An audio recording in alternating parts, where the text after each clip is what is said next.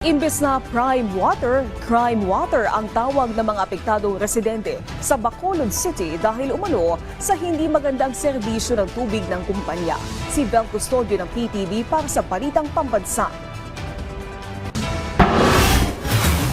Emosyonal ang single mother na si Rose. Isa siya sa mga apektado ng maanumalyang serbisyo ng Prime Water Infrastructure Corporation.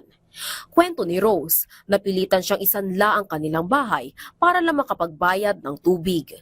5,000 po yung bill ko noon dahil naging commercial po ako.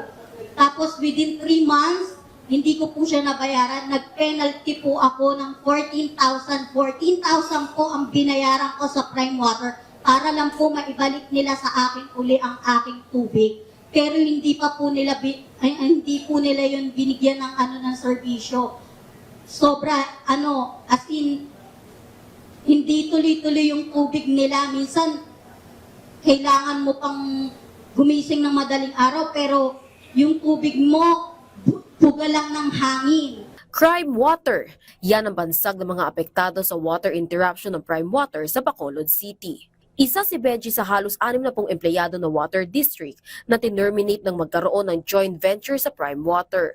Hanggang ngayon po, yung Basiwa consumers, more than 70,000 consumers ng Basiwa sa Bacolod is suffering from no water, low supply of water, dirty water, at black and iced coffee water sa Bacolod City. Ngayon, ito po yung challenge namin sa lahat ng mga opisyalis at mga tumatakbo ng mga opisyalis ng gobyerno.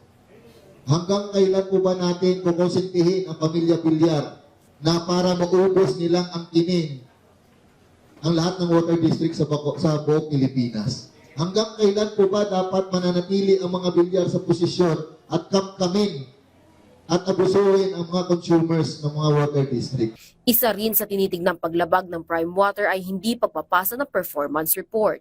Nauna nang sinabi ng Local Water Utilities Administration o LUWA na isa sa tinitignan ng investigation team ay ang pagsunod ng Prime Water sa Philippine Potable Water Standards dahil sa madumi umanong tubig na inilalabas nito. Dahil sa seryosong problema sa serbisyo ng Prime Water, magsusumite na ng reklamo sa Office of the President ng kampo ni na Attorney Nery Colmenares para ikansela ang joint venture ng mga water district sa Prime Water. Not only for the breach of the agreement of the GBA or breach of contract, violation ng batas, potable water standards, hindi pwedeng pumasa sila doon. So, bahagi yan ng rason kung bakit i-terminate na itong mga GBA. Pinatututukan na ni Pangulong Ferdinand R. Marcos Jr. ang investigasyon tungkol dito. Ayon naman sa Prime Water, handa sila makipagdialogo sa LUWA. Mula sa People's Television Network, Vel Custodio, Balitang Pambansa.